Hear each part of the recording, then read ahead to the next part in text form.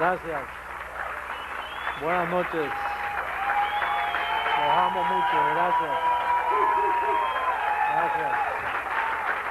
Pueden tomar asiento. Gracias. Un saludo para ustedes. Recibo que hoy entramos en otra gloria. Sí, con el tema que tenemos. Es un tema muy interesante y bien claro de entender que es así, como lo vamos a presentar.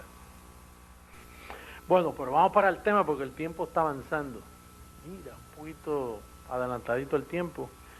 Y hoy tenemos un mensaje, el título del mensaje es La cabeza de la iglesia. Vamos a buscarle rapidito el libro histórico de Juan para ir rapidito a Juan capítulo 14, verso 18, primeramente. Juan, libro histórico, no evangelio, como le llama el sistema religioso. Esto es un libro histórico de los días de Jesús, en los días de su carne. No es nuevo pacto porque Jesús no había muerto cuando se escribió, por eso es que lo llamo histórico. No es por ofender a nadie, sino que en verdad el Nuevo Testamento comienza con la muerte del testador. Y entonces este libro fue escrito antes de él morir, por lo tanto no es nuevo testamentario, sino que es la historia de las cosas que Jesús dijo mientras estaba aquí en la tierra. Entonces, hay una promesa en el verso 18, donde Jesús dice en el verso 18, no os dejaré huérfano, vendré a vosotros. Tome nota, el tema es la cabeza de la iglesia. Comenzamos, estuvimos hablando el miércoles pasado de la mente de Cristo. Hoy estamos hablando de la cabeza. ¿En dónde está la mente? ¿En qué parte del cuerpo? En la cabeza. Pero entonces fíjate que Jesús dice, no os dejaré huérfano. ¿Qué? ¿Que el mundo estaba huérfano? Sí, el mundo estaba huérfano.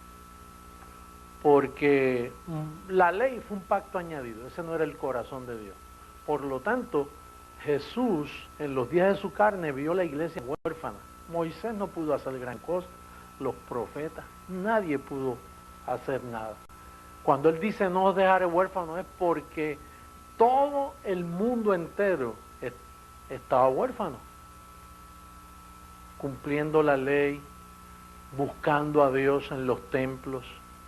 Había un estado de orfandad.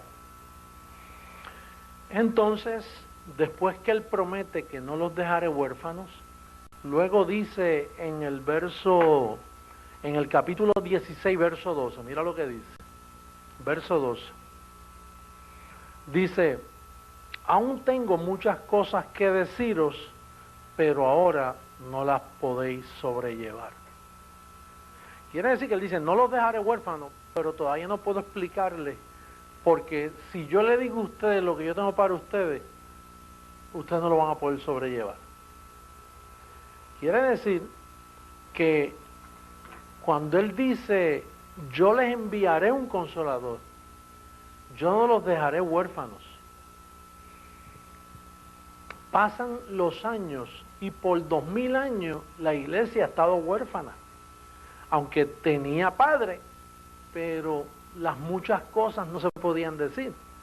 Porque aunque Pablo fue padre en el aspecto de dejar una información escrita. Pero Pablo no logró nada. El mundo siguió huérfano porque a él lo mataron, no creyeron en él. Porque los mismos discípulos que estaban en orfandad, porque los discípulos también estaban huérfanos. Bueno, dice, tengo muchas cosas que decir, pero no se las voy a decir, pues, los dejo huérfanos. Porque la paternidad viene cuando tú tienes información. Pueden haber tres personas al frente, si tú no sabes quién es tu padre, tú sigues huérfano. Entonces dice, yo tengo muchas cosas que decir, yo no los dejaré huérfanos, ahora no les voy a decir nada todavía. Y entonces usa a Pablo para dejar un fundamento, y entonces a Pablo lo matan, y Pablo dice, todos me abandonaron. Pablo no pudo lograrlo. Dice, después de mi partida lo van a reducir a esclavitud y van a seguir huérfanos. Entonces, por 2000 años la iglesia ha estado huérfana. Huérfana en un sentido de que han estado sin cabeza. No han tenido dirección. Por lo tanto, y la prueba está en las miles de denominaciones que hay. Mira, están los católicos, están los protestantes, están los mormones, están los testigos, están los espiritistas, están evangélicos de diferentes partes, y todos dicen que no se ponen de acuerdo. Unos dicen que el bautismo es por aspersión, chorrito de agua arriba, otros dicen, no, tiene que ser por inmersión, y otros usan diferentes ritos, ceremonias, y todos difieren. O sea que hay una diversidad, como diciendo, no tenemos una cabeza que nos dirija. Así, aquí hay una cabeza católica, cabeza protestante, cabeza testigo de Jehová, cabeza mormona, cabeza metodista, cabeza bautista, cabeza pentecostal, y hay miles de cabezas, pero es una cabeza. El cuerpo puede solo llevar una cabeza, no puede llevar tantas cabezas. Entonces, él lo advirtió. Vamos a ver ahora en el libro histórico, un libro antes, Lucas. Mira lo que dice Lucas. Lucas capítulo 9. Porque estas cosas las dijo antes de ir a la cruz. Y entonces nosotros ahora tenemos las evidencias, y por causa de las 14 epístolas de Pablo, nosotros podemos descubrir esta revelación. Capítulo 9, versos 57 y 58. Lucas capítulo 9, versos 57 y 58. Yendo ellos, ahí estamos todos, ¿sí? Puede mirar la pizarra electrónica si no tiene Biblia. Dice, yendo ellos, uno le dijo en el camino, Señor, te seguiré a donde quiera que vayas. Y le dijo Jesús, las zorras tienen guaridas y las aves de los cielos nidos, mas el Hijo del Hombre no tiene donde recostar la cabeza. Como quien dice, este hombre dice, mira, yo te voy a seguir donde quiera que tú vayas. Jesús le dijo, no hables sandeces, porque tú no tienes, todavía yo no he revelado mi cabeza, tú estás en un estado de orfandad. ¿Cómo tú me vas a prometer a mí que tú me vas a seguir? Si tú no tienes provisión para seguirme. Fíjate, le dice, mira, yo te seguiré donde tú quieres, mira con lo que le sale, dice, mira, la zorra, las aves de los cielos. Ahora, el Hijo del Hombre no tiene donde recostar su cabeza. Y tú estarás pensando, pastor, es que él era muy pobrecito, no tenía con dónde comprar una almohada. ¿Qué? ¿Que necesitaba una almohada? No, pero si él tenía tesorero y Judas robaba y sobraba para las demás cosas, ¿cómo no va a poder comprar una almohada? O un colchón, o algo donde recostar la cabeza. No estaba hablando de eso. Él no tenía dónde recostar su mente. Él no tenía dónde ubicar el pacto todavía. Sí, la mente de Cristo, estuvimos hablando de la mente de Cristo la semana pasada, y entonces le dice, mira, hasta que yo no encuentre un hombre que yo le dé directrices, tú no puedes decir, me vas a seguir, porque vas a seguir a Jesús de Nazaret. Te vas a turbar como está todo el mundo. Mira, Moisés está turbado, todo el mundo está turbado. Las religiones todas, mira, todas difieren. Por eso es que no nos soportan a nosotros. Porque ellos nos oyen a nosotros y dicen, ¿y qué es eso? Tú no ves que ellos están tan distanciados, están tan huérfanos, que cuando llega este ministerio ellos no saben discernir. Entonces Jesús dice, mira, el Hijo del Hombre no tiene dónde recostar su cabeza. No la pudo recostar en los apóstoles, porque ¿qué voy a recostarle yo en entonces, hombre? Imagínate. Me le van a predicar el judaísmo a los gentiles. No puedo recostarla. Tengo que buscarme un hombre donde voy a recostar mi cabeza brevemente. La voy a recostar en Pablo.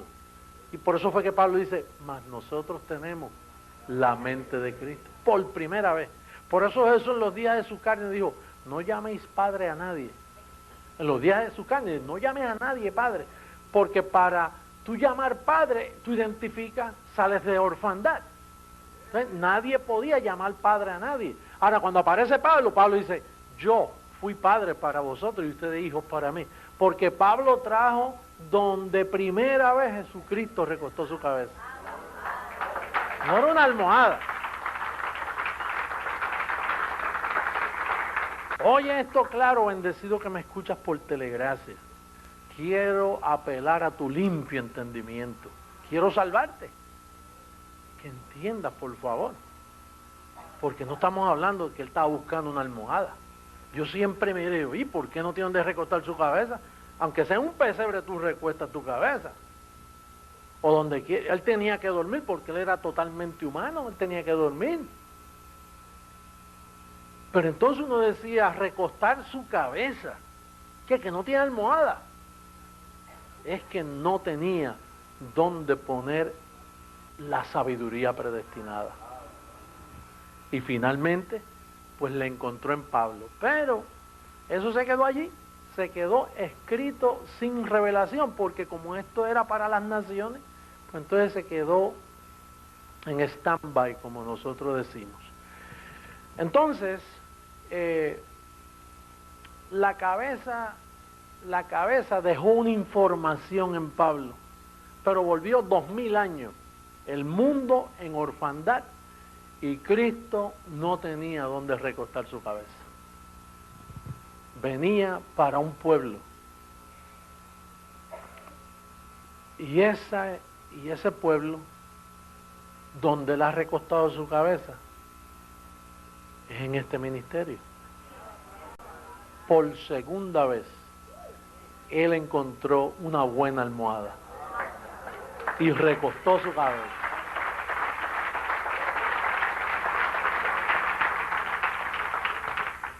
Oye, ¿y cuál es el propósito de que un cuerpo tenga cabeza?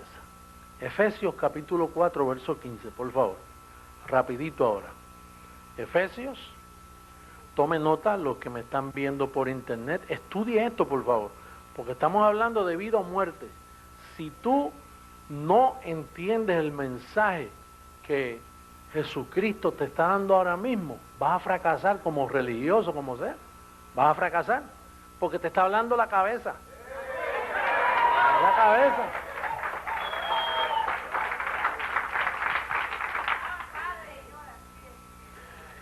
Capítulo 4, verso 15, mira cómo dice. Dice, sino que siguiendo la verdad en amor, crezcamos en todo en aquel que es la cabeza, esto es Cristo, de quien todo el cuerpo bien concertado y unido entre sí por todas las coyunturas que se ayudan mutuamente, según la actividad propia de cada miembro, recibe su crecimiento para ir edificándose en amor. Por primera vez en la historia encontramos un ministerio que tiene una cabeza y se nutre y se ayuda y creemos todos igualmente, la unidad del Espíritu ha logrado llegar. Tú no me digas a mí que la Iglesia Católica tiene cabeza, porque si tiene una cabeza la tiene bien enferma. Tú no me digas que los protestantes y evangélicos tienen cabeza. ¿Y por qué difieren tanto si tienen una cabeza? Hasta ahora en la historia, la cabeza de Cristo no había llegado a la tierra. Él no había recostado su cabeza. Porque si hay un cuerpo y una cabeza, el cuerpo y la cabeza van unidos y se ayudan mutuamente, creciendo en amor. Porque esto es un ministerio de amor. El mero hecho de que no te conozcamos según la carne, mira, es la expresión de amor más grande que puede recibir una persona.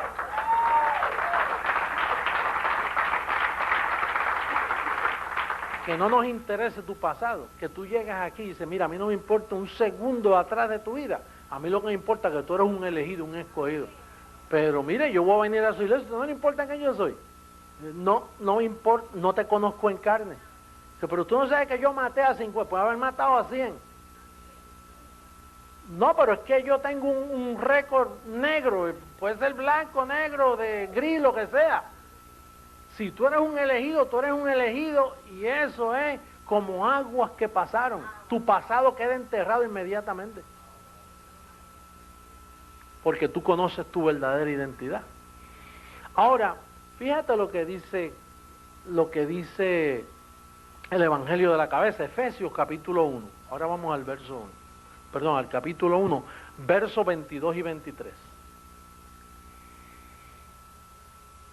Verso 22 dice, y sometió todas las cosas bajo sus pies, y lo dio por cabeza sobre todas las cosas. ¿A quién? Y lo dio por cabeza sobre todas las cosas a la iglesia, la cual es su cuerpo, la plenitud de aquel que todo lo llena en todo. Creciendo en gracia tiene una cabeza. Y esa cabeza trabaja con la iglesia. La iglesia reconoce su cabeza. Por eso yo nunca me he llamado nada aquí. Yo nunca me he puesto un título. ¿Tú sabes quién me pone título? La iglesia.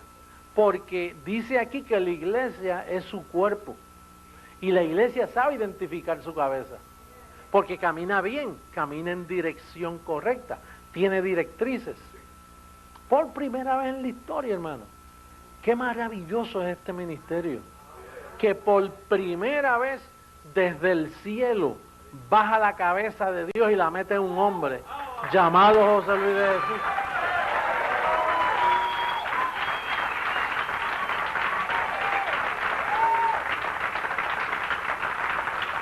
Primera carta a los Corintios, capítulo 2. Vamos a ver lo que hace la cabeza. Cuando él recuesta la cabeza, mira cómo habla el apóstol Pablo en el capítulo 2 de primera carta a la iglesia de los Corintios, en el verso 6. Dice, sin embargo, hablamos sabiduría entre los que han alcanzado madurez.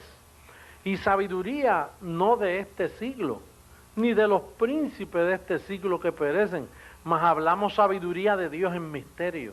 La sabiduría oculta, ahí es donde él recostó su cabeza. La sabiduría oculta, la cual Dios predestinó antes de los siglos para nuestra gloria. Por eso dijo, no los dejaré huérfanos. No los voy a dejar huérfanos, les voy a dar la información. Y es la sabiduría oculta, la que Dios predestinó antes de los siglos para nuestra gloria. La que ninguno de los príncipes de este siglo conoció, porque si lo hubieran conocido, nunca habrían crucificado al Señor de gloria. Antes bien, como está escrito, cosas que ojo no vio, ni oído oyó, ni han subido a la mente del hombre, al corazón del hombre, son las que Dios ha preparado para los que le aman. Pero Dios nos las reveló a nosotros. ¿Por quién? ¿Por quién? Usted ve espíritu con E mayúscula ahí. Dios nos las reveló por el Espíritu, porque el Espíritu todo lo escudriña, aún lo profundo de Dios. Entonces, hablando del Espíritu del hombre, dice, porque ¿quién de los hombres sabe las cosas del hombre sino el Espíritu con E minúscula? Sino el Espíritu del hombre que está en él, así tampoco nadie conoció las cosas de Dios, sino el Espíritu de Dios. Y donde está el Espíritu de Dios, ahí hay libertad. Aquí está el Espíritu de Dios.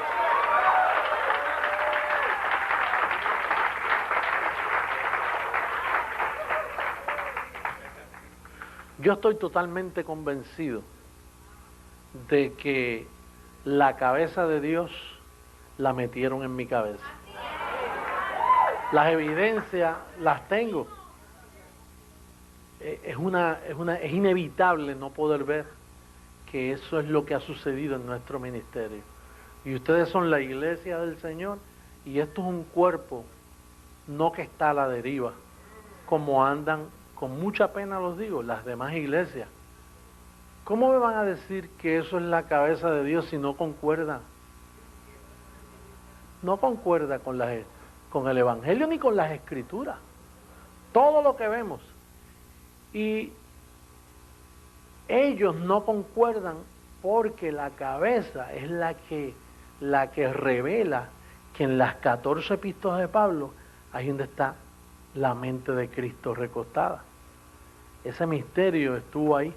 Tú sabes que en el Viejo Testamento hubo una vez que el pueblo quedó en confusión y entonces Elías, profeta de Dios, él decía, bueno, yo soy la cabeza, yo soy el que represento a Dios en aquel momento, ¿no? Y entonces estaban los profetas de Baal, habían 450 profetas de Baal, y decían, no, nosotros somos la voz de Dios. Y entonces Elías dijo, no, yo soy la voz de Dios. 450 en contra de uno.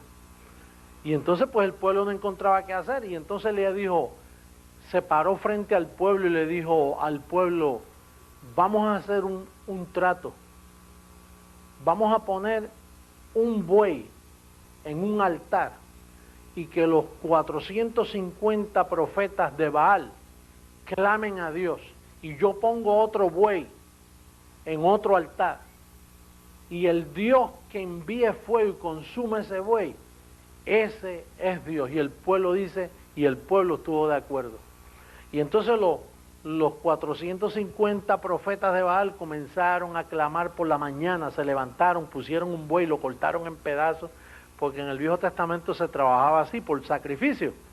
Pero poner un buey en un altar sin fuego no tenía sentido común, porque la idea es que el fuego consuma el animal para que el sacrificio sea aceptable delante del Señor.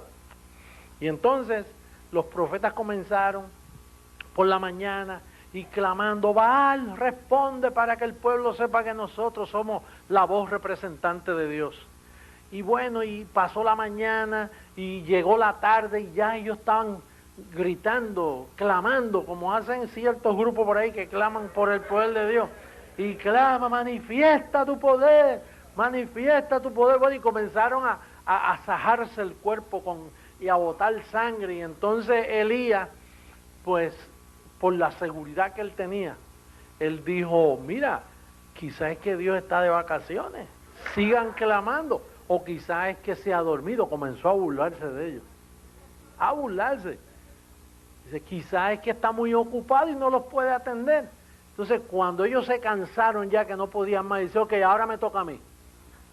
Y entonces pusieron el buey.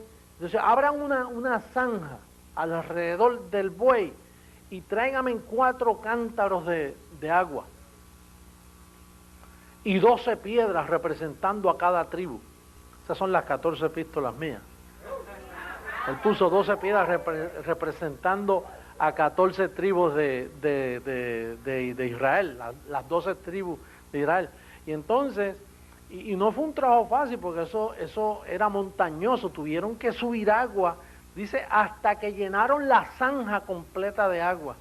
Y entonces se paró Elías y dijo, Señor, para que este pueblo sepa que yo soy la voz tuya aquí en la tierra y que esta gente son falsas, respóndeme con fuego.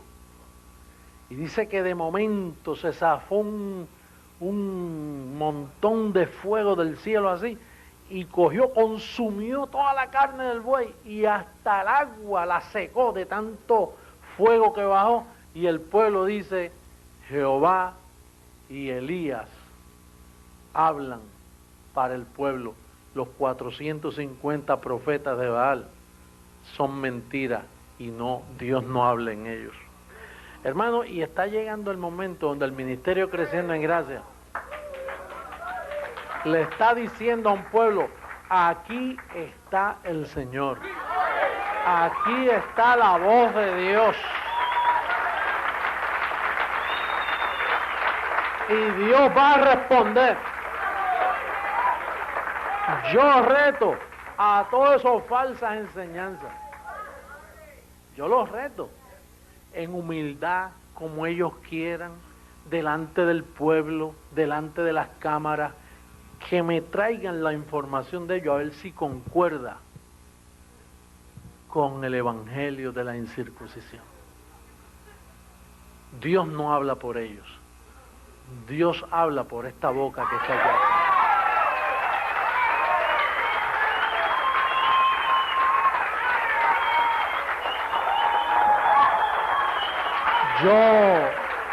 Yo declaro hoy, yo declaro en este día, por las cámaras del internet, por las cámaras con evidencia mundialmente, yo declaro que ellos han errado al blanco. Si quieren saber de Papá Dios, tienen que escucharme a mí. Si quieren ubicar su vida, tienen que someterse a este apostolado, a este ministerio, para que enfoquen bien sus vidas con Papá Dios. Porque todos han errado y están huérfanos. La gente que nos critica a nosotros son huérfanos de padre. están en un estado de orfandad, no saben quién es su Padre, no saben dónde está la mente de Cristo ubicada, no tienen cabeza, es un cuerpo sin cabeza caminando de aquí para allá y no tienen dirección.